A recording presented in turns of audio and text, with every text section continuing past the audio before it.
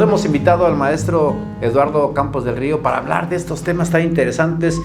Transfugismo político. Transfugismo político. Está muy interesante el tema, ¿no? Bastante. ¿Qué implicaría, maestro? Bueno, ¿qué implica? El transfugismo en sí en nuestro país no está explorado, no existe como tal una conceptualización en nuestras leyes. Esto viene de estudios que se han realizado en otros países, sobre todo en países que tienen un sistema parlamentario, es decir, donde el legislativo es el poder principal. Ya vemos que en nuestro país el poder ejecutivo es el poder más importante. El poder de poderes. Entonces, viene de países en los que el legislativo es el poder más importante y en el que se requiere de ciertas alianzas para poder conformar gobiernos, ¿no? Estamos hablando de España, de Francia, Alemania, a nivel de Latinoamérica, Perú, Venezuela, ¿sí? que tiene un sistema parlamentario netamente. Entonces, México como tal lo podemos conocer de una forma más coloquial, hablando como periodista y no como abogados. Pues hablamos de los chapulines. De los chapulines. Todo esto para poder llegar a decir que hablamos de los chapulines. ¿Sí? ¿A qué nos referimos? A que de repente hay un funcionario público elegido por medio del proceso electorales, que es mediante el voto, a los cuales llegan por un partido político y cuando llegan al cargo, a la mitad del cargo, casi a finalizar el cargo, dicen que siempre no. Ya no quiero estar con este partido político, ahora soy del partido de frente. Sí. Entonces, esto es el transfugismo político. Y esto tiene, pues, bastantes consecuencias, a lo mejor no muy visibles para el ciudadano de pie. Tan directas, pero tiene sus bemoles. Por un lado, es una figura que ha ayudado al crecimiento de la democracia en nuestro país, pero también ha creado ciertos vicios y vacíos que han orillado al ciudadano a decir: no me gusta la política, claro, no quiero participar en la política, que ha terminado en algunos movimientos, como por ejemplo el movimiento del voto nulo. ¿Sí? Yo veo que siempre son los mismos candidatos, nomás cambian de colores, nomás cambian de cargo, y pues ya no me interesa la política porque siempre son los mismos, ¿no? Y termina en este tipo de movimientos. Esta figura, como les digo, es muy poco explorada en México porque pues no conviene a los intereses partidistas moverle un tema que permite cierta movilidad de un partido político a otro. Entonces, sin ningún recato en ocasiones, ¿no? A veces sin porque a ver, se supone que si nosotros queremos participar en algún partido político, antes nos adentramos en su reglamentación interna, su declaración de principios. Así es. Y la declaración de principios que está inscrita ante las autoridades electorales dice, ¿no? El miembro de tal partido tiene esta ideología, le apuesta a esto, quiere esto. Nos identificamos y decimos: yo me identifico con ese partido y ahí le voy a entrar. Así es. Entonces llegamos con una convicción, coincidir con lo que el partido estaba postulando como principios. Sin embargo, en el camino, como bien lo señalaba maestro, llegamos: mi presidente de mi partido me está exigiendo que le dé la mitad de mi salario. Me está exigiendo que meta yo a los trabajadores de tal lado del partido. Me está exigiendo que vaya yo a tales eventos. Digo: no, yo no quiero. Y el otro partido me dice: vente con nosotros, porque tiene otro interés mutuo. Primero, de mayor número en la Cámara de Diputados, se trata de eso, mayores recursos, la oportunidad de dirigir más comisiones. Así es. Costo-beneficio, mejor me voy con este nuevo. Y de la noche a la mañana ya no piensas como de derecha, sino como de izquierda. Sí. Ese es obviamente el chapulinismo. Y no hay una reglamentación que sancione o que impida ese tipo de cambios, que puede traer un beneficio como el que usted decía, de que pueda probablemente impulsar o enriquecer la democratización, pero también, por otro lado, qué incongruencia. Y la gente, por lo menos en nuestra nación, ya lo está viendo de manera natural, porque eso ocurre cada 3 años cuando se cambian las cámaras de diputados o de senadores. Lo vemos a menudo. Suelen irse los diputados o los senadores con quien más beneficios les da y no tanto por la posibilidad de hacer un mejor trabajo en representación de la sociedad. Sí, de hecho en esta legislatura de senadores y de Cámara de Diputados Federal, pues lo hemos visto mucho. El partido que ahorita se encuentra con las mayorías, si bien es cierto, había llegado con las mayorías, no tendría de forma natural la mayoría que tiene, sino muchos diputados ya, o en su momento ciudadanos que ganaron los cargos, incluso antes de llegar a protestar el cargo, dijeron, es que yo en el momento en el que llegue me voy a cambiar el partido. Y esto también afecta porque la única reglamentación que sí existe es en el artículo 54 constitucional y en el 115 del EGIPE, la ley de procesos electorales, sí dice que la única prohibición es que ningún partido debería tener más del 8% de sobrerepresentación. Okay. Hoy el partido en el poder tiene más del 8% de sobrerepresentación, cuando había ganado con el 43% de la Cámara, hoy tiene el 60%.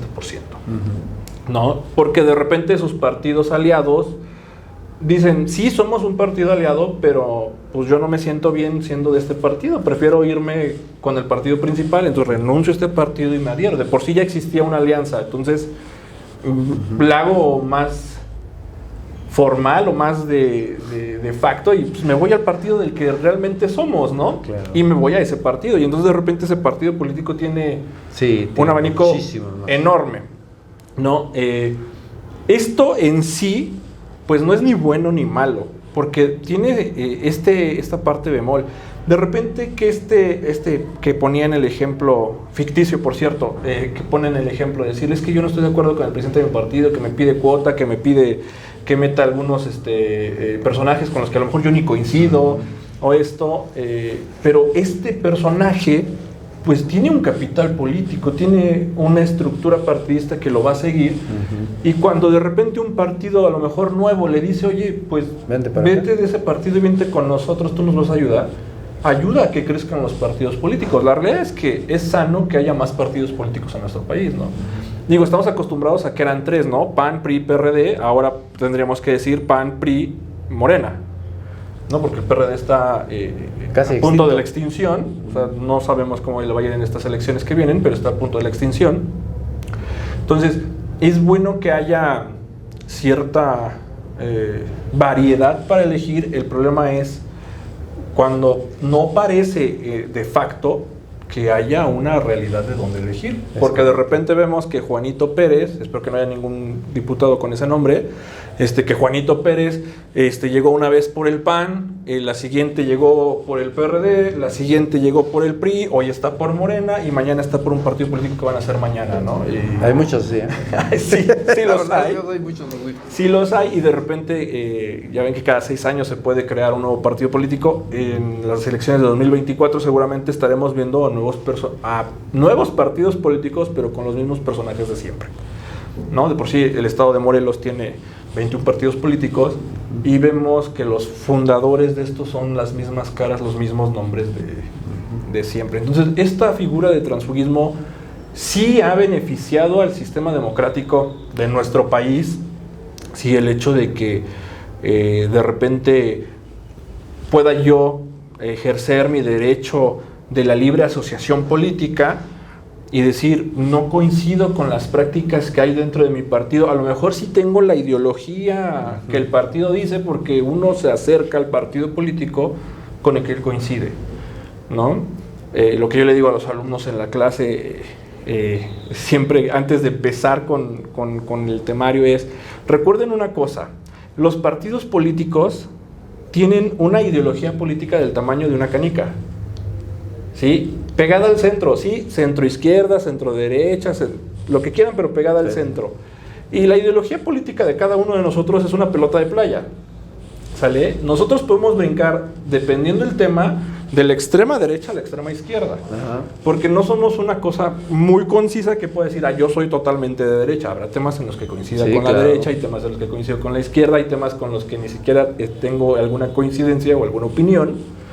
Pero puedo yo moverme en diversos temas. A veces lo vemos mal porque los partidos políticos, no, es que tú eres del PAN, entonces tienes que estar en contra de esto y a favor de esto. No, espérame, yo estoy a favor de muchas cosas en las que coincido contigo, pero también estoy en muchas en contra de las que tú coincides. Claro. ¿No? Y esto se vale, se puede, se debe, sí, es natural y debe ser respetado, pero a veces caemos en esa parte de ay no, yo soy totalmente de una línea política.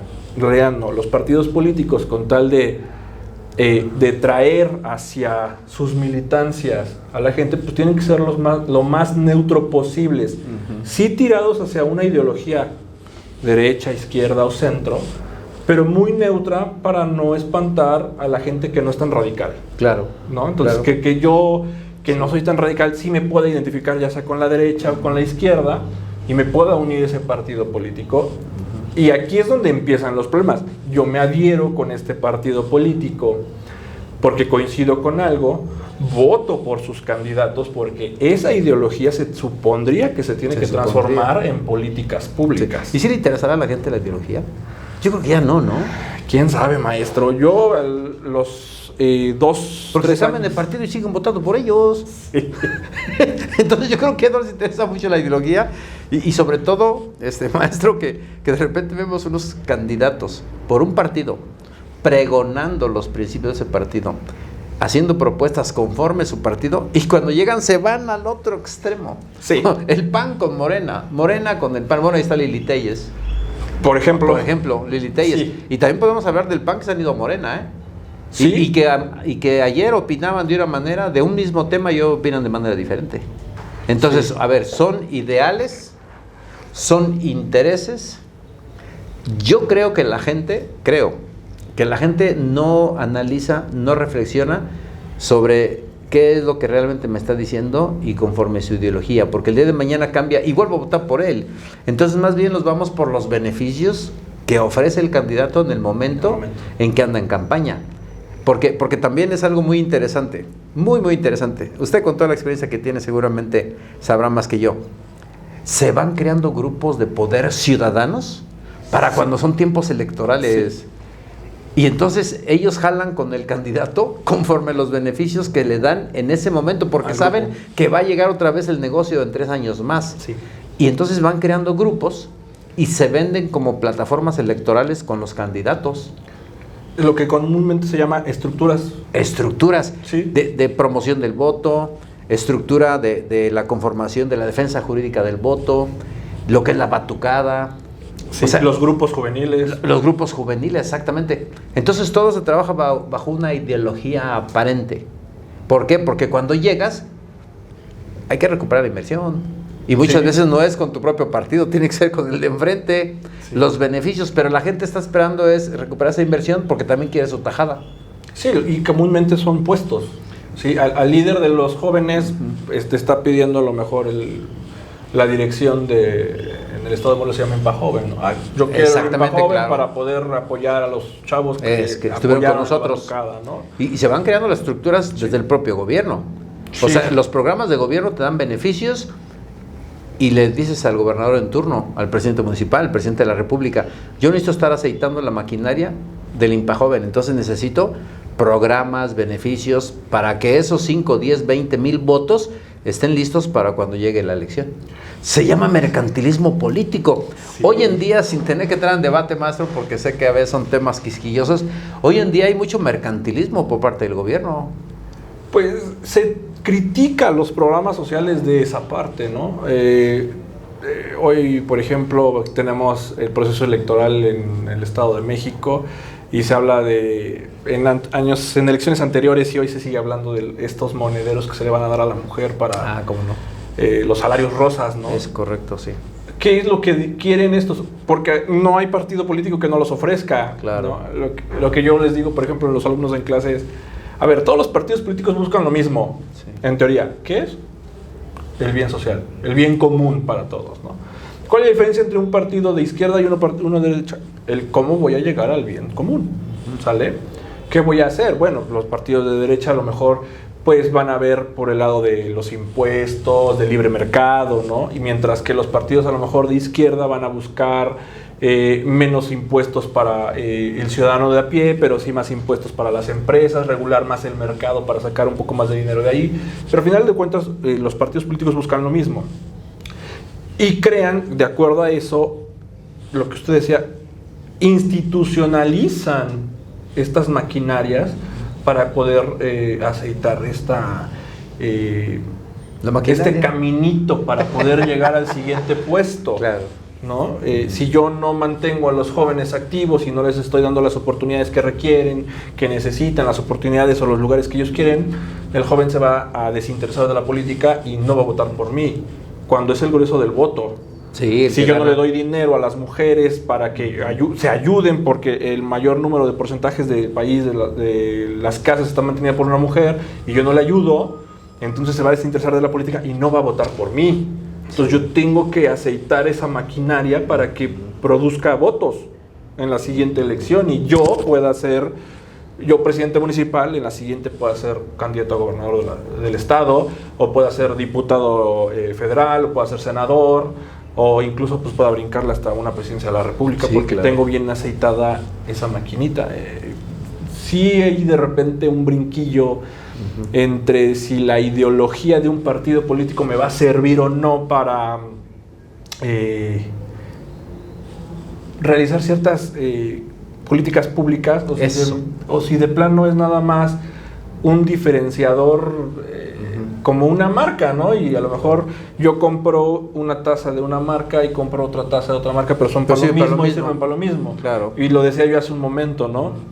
Los partidos políticos buscan el mismo fin, claro, el bien común, caminos diferentes. El diferenciador es cómo voy a llegar a ese camino. Cuando la naturaleza de los partidos políticos y la ideología sería que como ciudadanos analicemos, concienticemos y qué queremos hacer de este país. Queremos hacer un país competitivo, un país que pueda estar en los primeros lugares como en calidad, como país de primer mundo, o queremos un país desarrollado, semidesarrollado. ¿Qué es lo que se quiere hacer en este país? No votar por conveniencia particular, porque en ocasiones, maestro, pues yo quiero votar por ese partido porque ni me exige tanto, pago menos impuestos, además me quedo acostado todo el día y me manda mi mensualidad. Sí. Entonces, ¿qué queremos? ¿Y qué queremos heredarle a los que vienen atrás? ¿Una gran nación con posibilidad de crecimiento? ¿Queremos un país mejor ubicado que nuestros vecinos del norte? ¿Queremos competir con los mejores del mundo? ¿O mejor competimos con los de Centro y Sudamérica y no nos despeinamos? Sí. Entonces, se tiene que analizar qué queremos. Pero tristemente, pues es que es una realidad, hoy en día es más cómodo lo que menos se exige. Y si menos me exigen es coadyuvar con las maquinitas aceitadas, pues ahí jalamos. Sí, a final de cuentas, yo sentadito, como decía, pues me va a estar llegando pues esta dádiva que me va a ayudar. Así, ese beneficio. Y para que haga un mayor esfuerzo. No más que ellos serán los que gobiernan este país en 20 años. Y con esa formación, ¿qué se espera al país? Sí, hay poca movilidad política incluso en nuestro país, ¿no? Seguimos oyendo los mismos apellidos desde hace... Yo que recuerde, desde el 2000, sigo oyendo los mismos apellidos, nada más que era la sobrina, o la nieta, o la nuera, pero siguen siendo las mismas familias, ¿no? Este fenómeno ayuda desde una parte a que eso siga pasando, ¿no? Sí. Porque a lo mejor hoy formo mi nuevo partido con el sindicato de los maestros, ya no me funcionó y ahora creo otro grupo político con un nombre distinto, supuestamente, que le voy a llamar de otra forma, ya no lo controlo yo, lo controla mi sobrino y puedo seguir obteniendo las mismas dádivas que me da la política. Los partidos políticos son buenos negocios.